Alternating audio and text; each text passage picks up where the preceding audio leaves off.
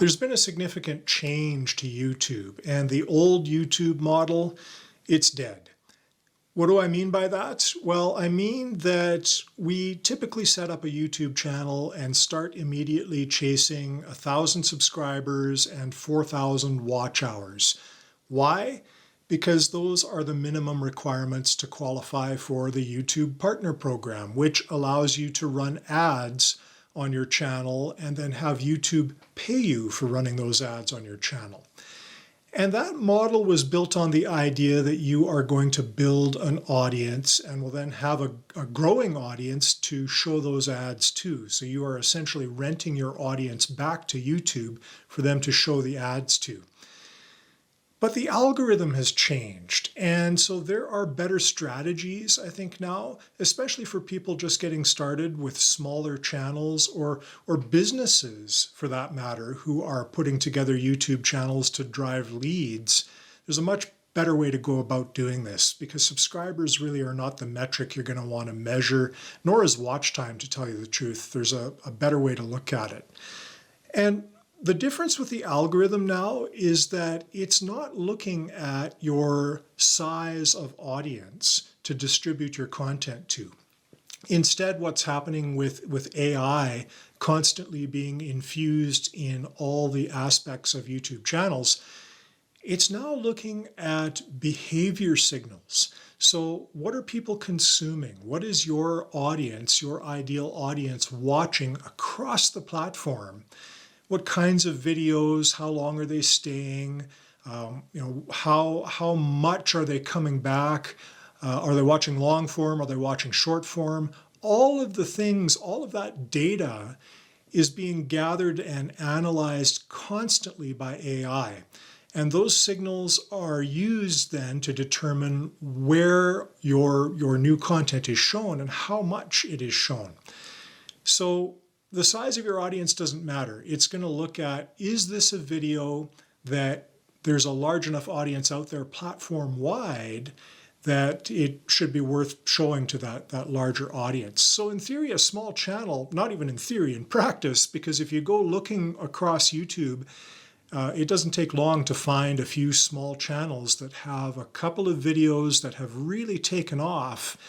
And that's because the platform and the algorithm on the platform has decided, based on the data, that those couple of videos really are going to appeal to a wider audience. And so it really gets pushed.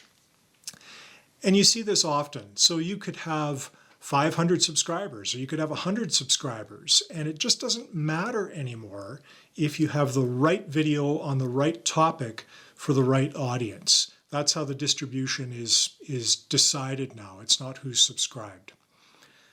And subscribers have, they're still important, right? It's nice to have that indicator that you do have an audience that is interested in what you do, but they're a lagging indicator. They're not a leading indicator.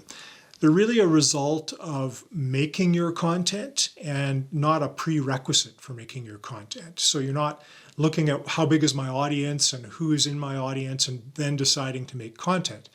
You're making the content first for who you ideally want to reach, and then the subscribers tend to follow. So don't chase the subscribers anymore, because that puts your focus entirely on the wrong metric, in my opinion. I think you should instead focus on making videos that are meaningful, that people will watch and watch the whole way through.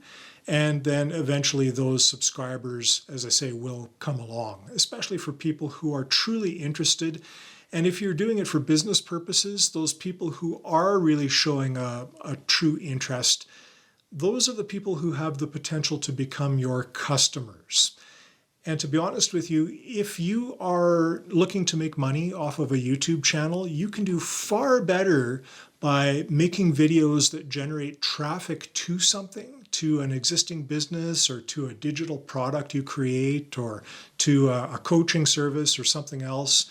You can do way better than you could ever do. Well, maybe not that you could ever do, but that you can do early on, especially with the YouTube Partner Program and the ad revenue that comes in from that.